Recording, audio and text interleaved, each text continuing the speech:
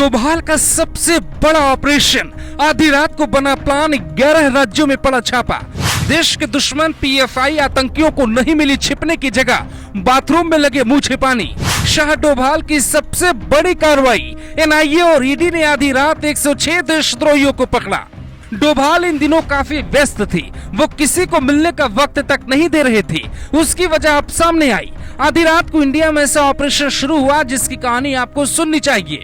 21-22 सितंबर की आधी रात जब आप गहरी नींद में सो रहे थे तो अमित शाह और अजीत डोभाल के भरोसेमंद अधिकारी 11 राज्यों में एक साथ छापा मार रहे थे।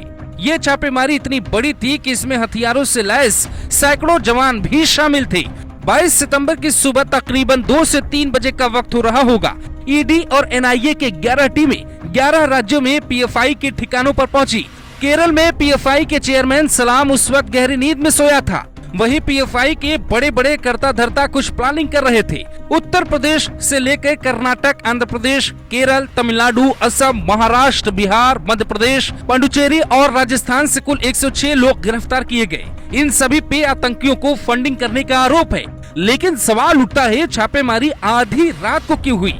बीते महीने बिहार के पटना में जो आतंकी पकड़े गए उनका भी पीएफआई कनेक्शन सामने आया था। यूपी समेत देश को कई बार हिलाने की साजिश रची गई। कहते हैं 1992 में बाबरी विध्वंस के बाद दक्षिण भारत में कई ऐसे संगठन बने जिन्हें बाद में मिलाकर एक कर दिया गया और नाम रखा गया पॉपुलर फ्रंट ऑफ इंडिया। इसकी शुरुआत वामपंथियों के गढ़ कहे जाने वाले केरल के कालीकट से हुई और दिल्ली के शाहीन बाग में इसने अपना मुख्यालय बना लिया। इसीलिए सीएए और एनआरसी का सबसे लंबा विरोध शाहीन बाग में ही हुआ था। लेकिन जब डोभाल ने मोर्चा संभाला तो विरोध की आड़ में अपना एजेंडा चलाने वाले भाग खड़े हुए।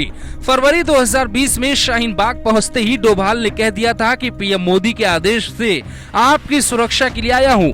लेकिन कहते उसी वक्त डोभाल ने पीएफआई की कुंडली निकालकर मोदी के सामने पेश कर दी थी, शाह तक पहुंचा दी थी। इसीलिए जुलाई 2022 में जब सभी धर्मों के नेताओं की बैठक हुई तो मोदी ने जानबूझ के डोभाल को उस मीटिंग में भेजा और डोभाल ने वहां मुस्लिम नेता से ही ये कहलवा दिया कि पीएफआई जैसे संगठनों पर बैन लगाना बेहद जरूरी है। इसके बाद शाह ने पीएफआई की पूरी कुंडली फिर से खंगलवाई, एक फाइलें मंगवाई और उसके बाद जो पता चला वो सुनकर शायद आप हैरान हो जाएं।